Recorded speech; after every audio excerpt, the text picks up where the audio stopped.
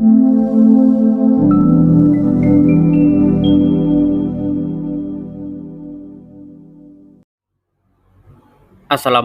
warahmatullahi wabarakatuh. Perkenalkan, kami dari kelompok 3 yang beranggotakan saya, Pak Alfian, Pak Sukman, Bu Tutus, dan Bu Santi akan memaparkan hasil diskusi kelompok 3 tentang ruang kolaborasi modul 2.1 pembelajaran untuk memenuhi kebutuhan belajar murid. Berikut akan kami tayangkan sajian diskusi kasus pada jenjang SMA. Selamat menyaksikan.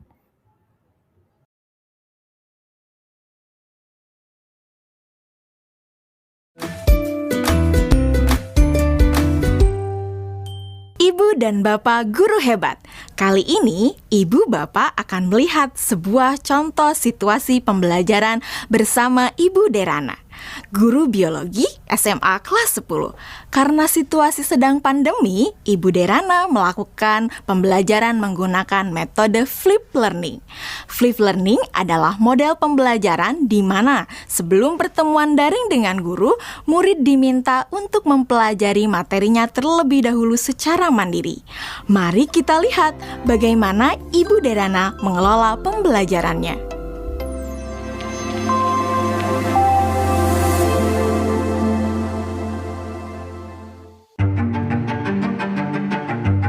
Sebelum mengajar, beberapa hari sebelumnya, Ibu Derana tentu melakukan persiapan terlebih dahulu.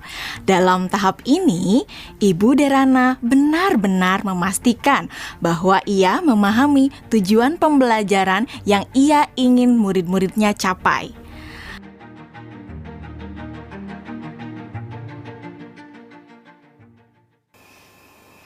Kemudian, Ibu Derana mempersiapkan bahan dan sumber belajar yang berusaha ia sesuaikan dengan kebutuhan belajar murid-muridnya.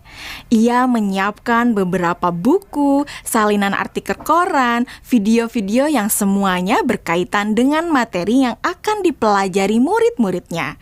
Semua bahan belajar tersebut ia letakkan di Google Drive dan nantinya akan dapat diakses oleh murid-muridnya melalui Google Classroom. Ibu Derana lalu mengkomunikasikan kepada murid-murid melalui WhatsApp group untuk mengingatkan mereka mengakses Google Classroom mereka.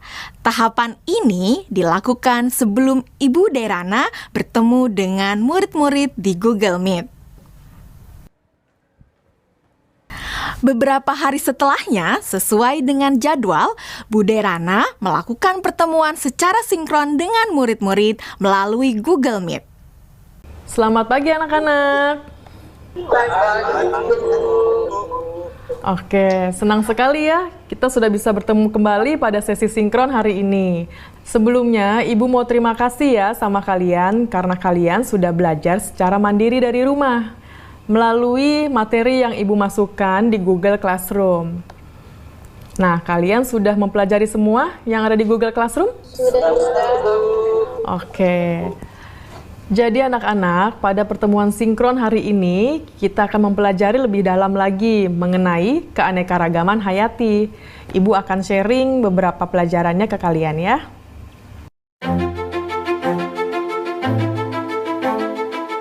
Nah, anak-anak, sekarang Ibu ada pertanyaan.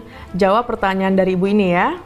Tingkat keanekaragaman hayati mana yang paling penting dilindungi terlebih dahulu? Mengapa demikian?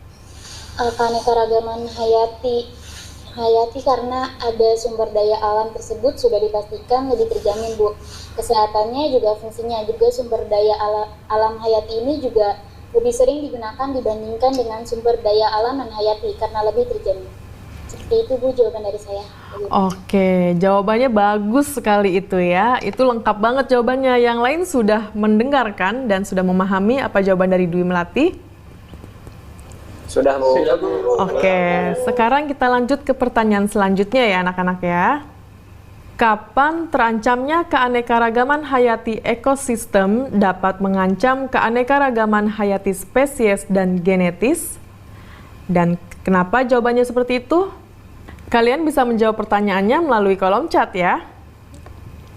Selama sesi sinkron, Ibu Derana memberikan pertanyaan-pertanyaan lainnya yang dapat memperkaya materi dan pemahaman murid akan konsep. Cuaca ekstrim. Oke, sekarang Di akhir pembelajaran, Ibu Derana memberikan murid tantangan untuk menganalisis ancaman pada satu lokasi di wilayah Indonesia yang membawa dampak negatif bagi 3 tingkatan keanekaragaman hayati. Berikut rekomendasi penanganannya. Yusuf, silakan.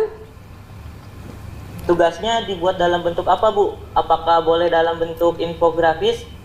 Oke, ada lagi yang mau ditanyakan? Yang lain ada yang mau bertanya? Saya, Bu. Nadia. Oke, silakan pertanyaannya apa, Nadia? Apakah boleh dalam bentuk poster juga, Bu? Kalian boleh memilih bagaimana cara kalian menunjukkan pemahaman kalian. Bisa melalui video, poster, tulisan, dan sebagainya. Iya, Bu, izin bertanya. Ya, Lokasinya yang dipilih gimana ya, Bu? Apakah ada ketentuan-ketentuan khusus? oke. Ada lagi yang mau bertanya? Ibu simpan dulu pertanyaannya ya. Bu, saya mau tanya, apakah untuk mengerjakan tugas ini kita harus datang ke lokasi tersebut, Bu? Oke, untuk lokasinya tidak perlu datang langsung ke lokasi tujuan ya. Jadi kalian bisa mencari langsung itu melalui online. Bu Derana melakukan diferensiasi produk dengan membebaskan murid memilih bentuk hasil pekerjaannya atau produk tugasnya sesuai dengan kenyamanan murid.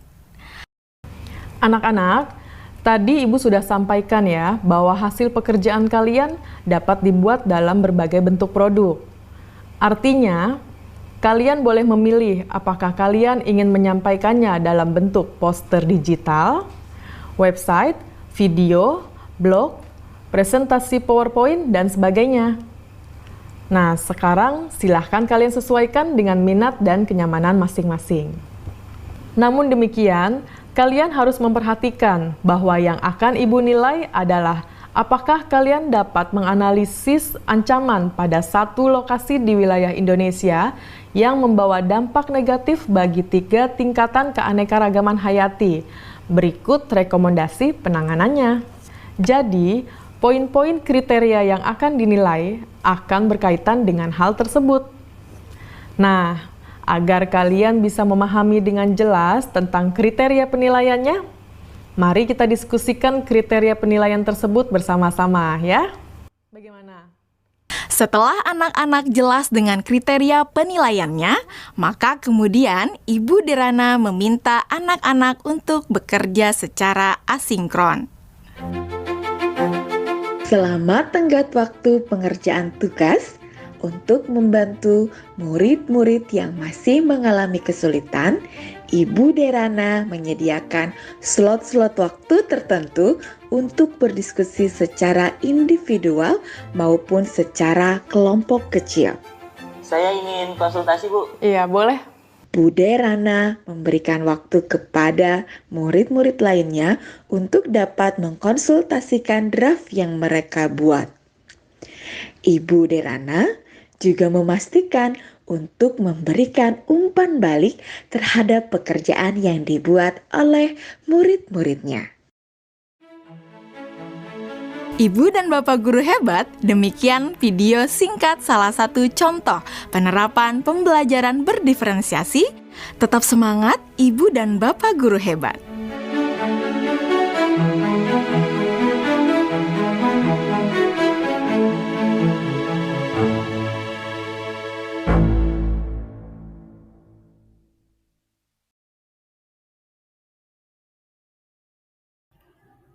Berdasarkan video kasus di jenjang SMA yang baru saja kami hadirkan, terdapat beberapa pertanyaan. Yang pertama adalah, dari skenario pembelajaran yang telah ditelaah, apakah kebutuhan belajar murid yang berusaha dipenuhi oleh guru tersebut? 1. Kesiapan belajar. 2. Minat peserta didik. Dan 3. Profil belajar. 2. Bagaimana cara guru tersebut menentukan kebutuhan belajar muridnya? Yang pertama adalah kesiapan belajar. Hal tersebut tercermin pada Ibu Derana meminta peserta didik untuk mempelajari sumber belajar. buku bacaan, koran, video dari KHT, WWF, Greenpeace, artikel dari internet, secara mandiri yang sudah disiapkan di Google Classroom yang diinfokan melalui WA Group sebelum kegiatan sinkronus dimulai.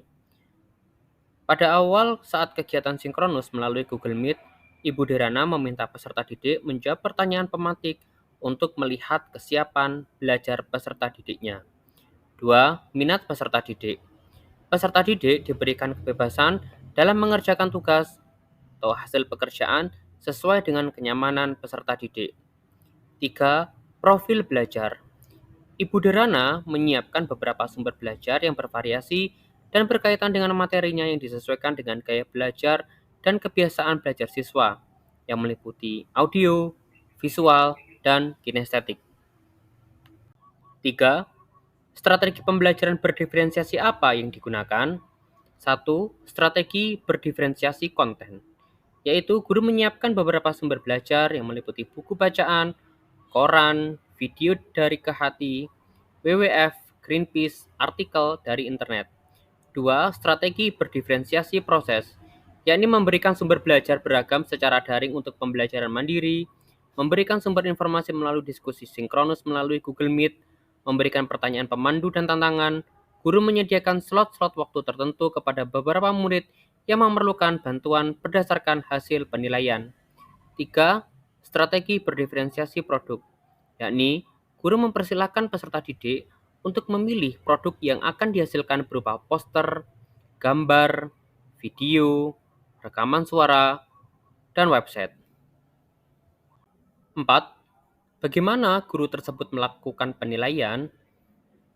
Yang pertama, kegiatan asinkronus, yakni meliputi 1. Memberikan pertanyaan pemandu, 2. Memberikan kuis tertulis berupa pertanyaan terbuka, 3. Membuat jurnal refleksi, 4. Memberikan umpan balik pada jawaban teman. Sedangkan pada kegiatan sinkronus, 1. Memberikan pertanyaan pemantik, 2. Penilaian proses diskusi, 3. Menyediakan rubrik penilaian, 4. Penilaian hasil produk yang telah dikerjakan oleh siswa. Demikianlah pemaparan hasil diskusi kami dari kelompok 3 tentang ruang kolaborasi modul 2.1 pembelajaran untuk memenuhi kebutuhan belajar murid. Kurang lebihnya kami mohon maaf. Wassalamualaikum warahmatullahi wabarakatuh.